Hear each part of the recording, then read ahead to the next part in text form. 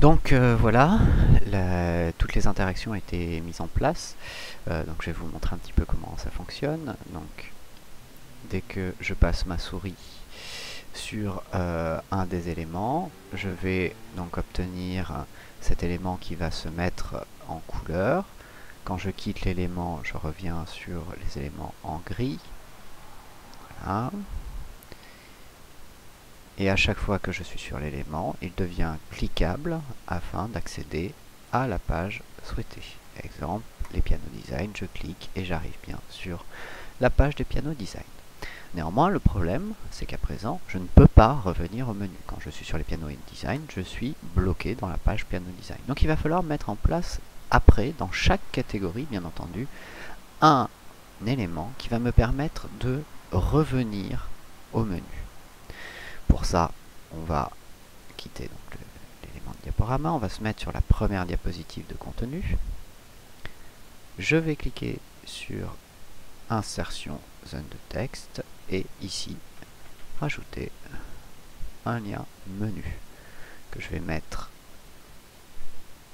avec le même formatage que les autres éléments. Un petit peu plus grand, histoire qu'il soit bien. Voilà, on va même mettre une petite décoration rigolote.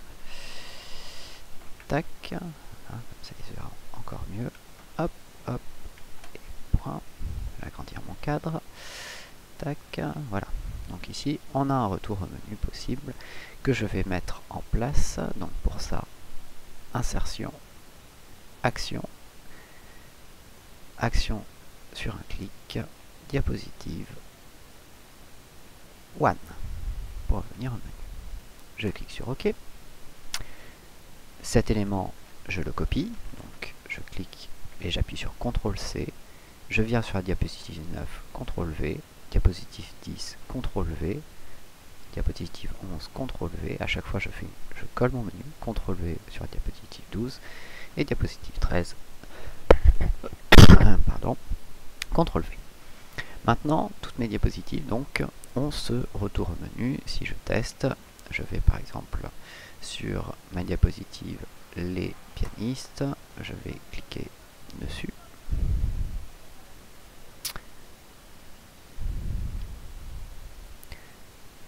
Hop, voilà, je clique dessus et je vais bien sur les pianistes, je clique sur menu, je reviens bien au menu. Donc tout fonctionne. On peut voir quand même tout de même, depuis tout à l'heure, qu'on a une certaine lenteur. Cette lenteur, elle est due à la taille des images. On a choisi de grandes images pour pouvoir travailler plus facilement. Néanmoins, la problématique est que ces images, du coup, font ralentir un petit peu le système. Donc il va falloir maintenant compresser chacune de ces images. Pour ça, c'est très simple, mais il faut y aller étape par étape. On va d'abord cliquer sur l'image servante vignette, on va dans Outils Images. On peut le faire en lot même, c'est-à-dire que je peux sélectionner plusieurs vignettes en même temps. On va aller sur Compresser les images, qui se trouve dans Outils Images, Compresser les images. Voilà. Et on va tout simplement sélectionner donc ces deux éléments-là et lui dire ici que l'on veut utiliser la résolution du document. On clique sur OK et ces images vont devenir plus petites et elles vont se réadapter à la résolution du document. Il va falloir faire de même avec les images compressées, à savoir que parfois, quand on va appliquer ces éléments-là, on risque d'avoir des petits éléments qui se suppriment, donc il faut bien vérifier que l'image ne bouge pas au niveau de chaque compression. Normalement, ça devrait marcher. Voilà, compresser. Tac, ah, vous voyez, là, il s'est passé le souci que je pensais, donc on va monter un tout petit peu. Voilà, c'est pareil. Donc ce que je vais faire, c'est que je vais faire, quand ça marche pas, un CTRL X, plus ensuite un coller, et je vais coller en tant qu'image. Comme ceci, mon image va se recompresser de par elle-même. Voilà. Donc coller en tant qu'image, c'est cette vignette-là. Donc pas de CTRL V, mais un CTRL 1. Alors, je vais juste réorganiser, reculer mon image pour qu'elle repasse derrière l'entretien. Voilà, j'ai réalisé donc la compression pour l'intégralité de cette page. J'avais déjà fait précédemment le piano à queue et le pianoforte. Il va falloir refaire exactement la même manipulation pour l'intégralité de ces images. Donc,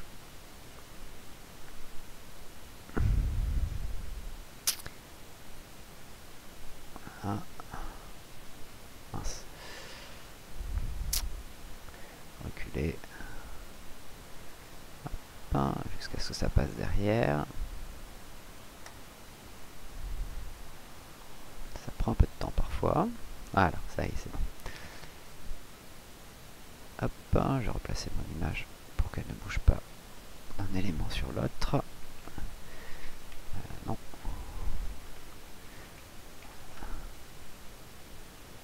Voilà, ça marche. Donc, à faire pour donc l'intégralité de vos images.